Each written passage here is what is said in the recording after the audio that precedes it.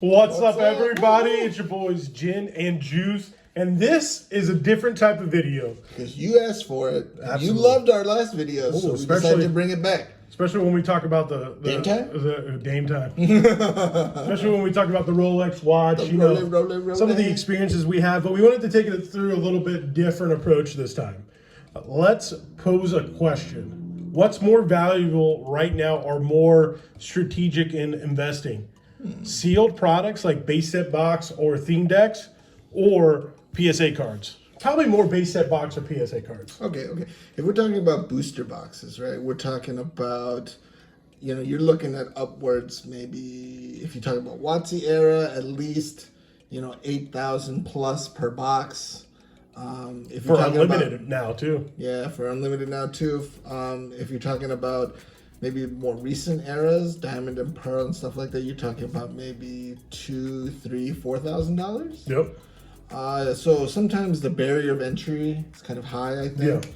Yeah. Not many people can drop 10,000 plus on a single, booster box. You got to buy it from a reliable source. If you're paying on eBay, you're talking about eBay fees. You're talking about, taxes and things like that. So barrier of entry is a little bit more difficult, but sealed product always carries that premium. Right. You don't know. There could be a Lapras, a Dragonite, PSA 10 in here. Sure. You could take the gamble. I mean, you could the legendary treasure. Legendary collection. You could get the Charizards and the reverse and I think there's 3 Charizards in here, right? There's a lot of gamble. And when you look at the box though, but you're hitting the point of something, and this is why we wanted to bring this conversation up. He keeps mentioning the cards. At some point, the value of these boxes and the value of PSA cards have to coincide at some point. It makes sense, right? They have to. Right now, these sealed boxes are going for crazy amounts of money. But the PSA slabs, I feel at the moment, for certain sets are still taking their sweet time and increasing over in value. Yeah. With this box, you have a reverse Charizard, a non-holo Charizard, and a holographic Charizard. Right. All base set artworks. The only base set artwork, I believe, in any set that is a non-holographic. Evolutions has the reverse non-holo, or the reverse holo, but not a non-holo. Right. This, you're mentioning the Dragonite, the legendary birds, the Lapras is insane. But that means that PSA cards have to increase over time in value. So here's that base set artwork. Now, granted, this is base set 9 Charizard. But that still have gone up a lot in value. Now this is like a $2,000 card. When we got into the hobby big time about a year and a half ago now, this card was like $800 and $900 as a 9. Yeah. Then you have this Dragonite card, first edition. Dark Charizard. First edition, holo, that's now going for almost nearly $1,000. Then you have the Umbreon, first edition, one of the rarest cards to get, and this card is pushing $1,000. And then you have the round out the trio. These 2 individual cards, I actually just finished a transaction on eBay for $500 for this. Okay. So that's not too bad.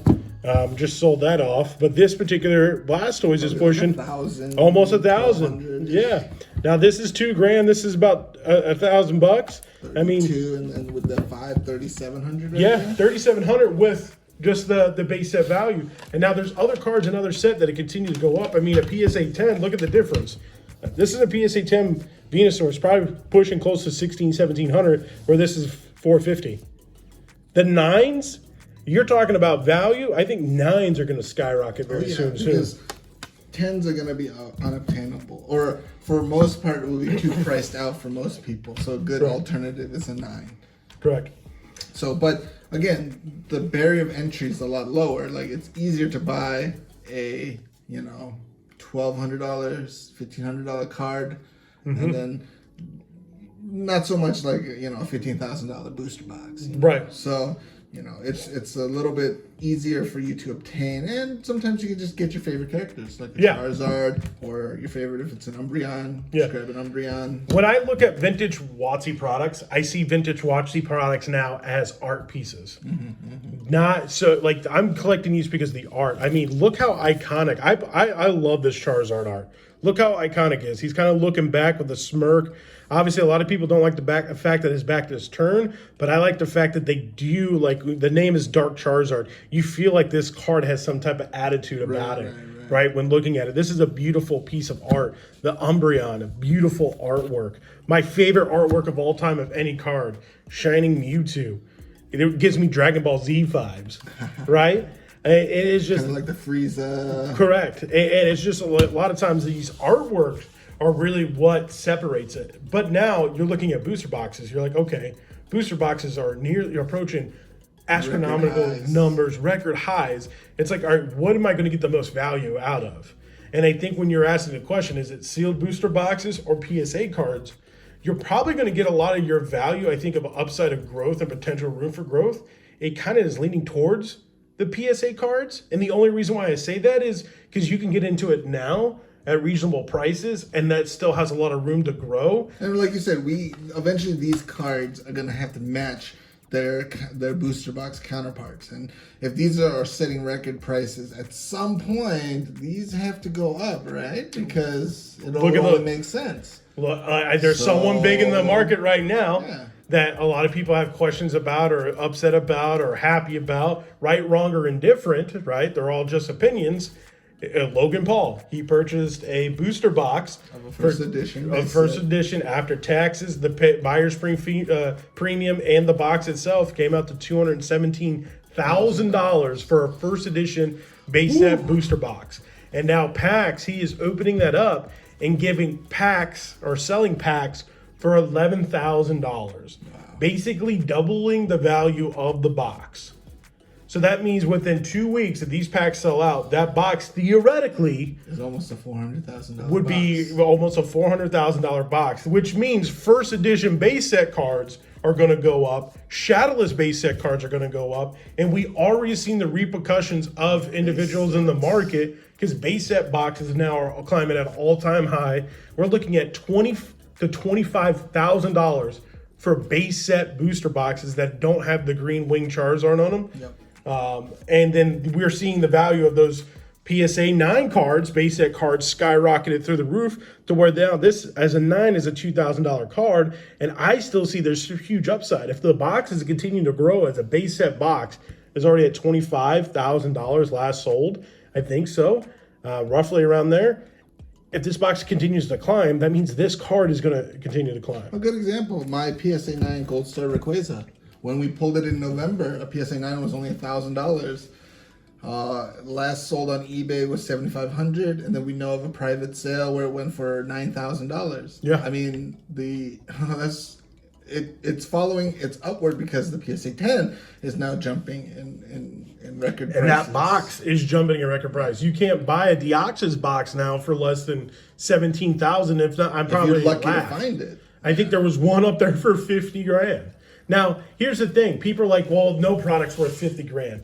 This is where I'm going to have a little bit of an argument with. When you're looking at prices, I don't care what someone is pricing something on the internet, because once someone buys that price buys that product for a particular price, that sets the market. Whether we like it or not, if that person puts a $50,000 booster box or a box up for $50,000 and someone buys it. But if that person really wants it, he's going to have to pay $50,000 if he can't find it anywhere else. If that's right. The only. But that leads to the next problem. While sealed product is great to have and has all that potential and stuff, sometimes selling it is tough, right? Because, what if I sell this for $20,000, $25,000, $30,000? Great, I got to get a payment. What payment methods am I going to use? Am I going to have this guy write me a check? No, I'm gonna ask him to wire me some money. Yeah, okay. He has to wire me money. There's fees. I may have to pay taxes. I don't know what the implications will be. Like $30,000 hit to my account. How do I report it as a sale? Do I have to charge him tax? And at the end of the day, the questions you're bringing up, are typically the correct answers or the questions to ask, because you're 100% right. Yeah. Anything over. Like $10,000? No, anything over like $2,000, you have to report. Oh. So, I mean, if you make sales, that's why I always use eBay, is at the end of the year, eBay allows me to do it, but there's a ton of fees. Yeah. So if you do private sales, and I know a lot of you out there that do private sales, that do friends and family, and they don't do anything about it, you got to be careful now, because a lot of this stuff does need to get reported. Sometimes cards are much easier because, you know, people will have different opinions on how much this box is worth. Yep. I might think it's a $30,000 box. Someone might think it's a $15,000 box, a $22,000 box.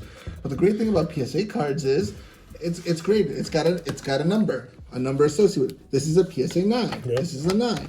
And then you can look up and see what values 9s are. So it's a lot easier in terms of value to put on a card when it's a graded card versus, let's say, raw card. Right. You know, this raw card I could see it as a 9. You see it as a 10. We can't come to a mutual price. Yep. So the PSA slab dictates the price of the market. Mm-hmm. But again, you have to go back because one day, for instance, like this PSA 10 Venusaur base set sold, 1 week for $1,100. The next week was $1,600.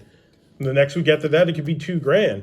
I mean, prices change dramatically because they're going along with the trend line of the product that they came out of.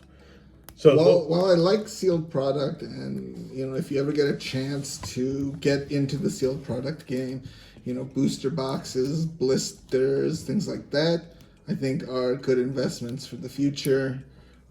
But if you want to get something that you can maybe sell quickly later and things like that with a lower barrier of entry, I think PSA cards are great. And I think, like you said, there's a huge potential for growth in the PSA side of things, only because at some point the prices of slabs and cards have to match what the boxes are selling for. And we can see that with the first edition base set box. Yeah.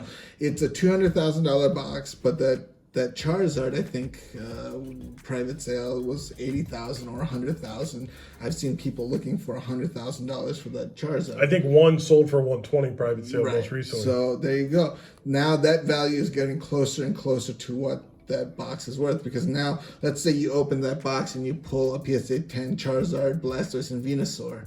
You're pretty much getting close to that $400,000 value on the card. One thing that we didn't mention at all either, when individuals open up these boxes too, and like you said, what if you pulled the big 3?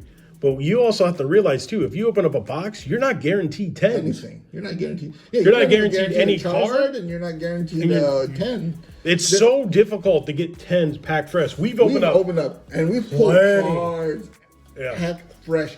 Hand me the stack. Hand me that stack. Look at this. Into sleeves, into... we got... he grabbed half the stack, but there's... we have 200 cards ready to go with PSA. This card we pulled ourselves, right? If you look at the back, there is tons of silvering at the top. Look at that. We know this card is not going to get a 10. I mean, there's so many of these cards that we pulled ourselves that you guys all seen on the channel that are not going to get 10s. None of these are going to get 10s. Look how off-center that is. This Blaine's Arcanine looks dope, but it's not going to get a 10. All these cards that we pulled are not going to get 10s. They're definitely going to get some 9s for sure, but 10s there's so much of a premium. So much of a premium. So that's why I think PSA cards would win out in terms of, if you want to talk about investing and getting into the PSA versus the sealed product, because I think these are more concrete in value and a lot easier to find per se than booster boxes, because either you have to, when you're talking about doing a deal for a big box, you have to trust that person when you're sending money to isn't going to steal your money and run away. And, if you use a middleman, obviously there's middleman fees and things like that. So to wrap things up, the general question was, booster boxes, sealed booster boxes, or PSA cards to start investing in, right? That's really the direction of this conversation. Yeah. So there's more upside in PSA cards is what we're saying. Obviously, you can have bigger deals with booster boxes because they're still sealed booster boxes, but you have to take it. You have to take a step back and realize the cards have to catch up to the booster box at some point. Yeah. At some point, in order for these boxes to continue to climb, the cards can continue to climb. And the cards are the easiest out of the two to get in right now with reasonable budgeting and so forth for you, the buyer or the collector, to go out there and try to make some moves. Yeah, definitely. Well, there you go. If you guys have any other questions, leave them in the comments below. We would happy to, Yeah, make if you a have any video other or topic anything. ideas you want us to discuss, compare, just leave it down below and we'll get to it. All right. We'll talk to you soon. Deuces, dabs.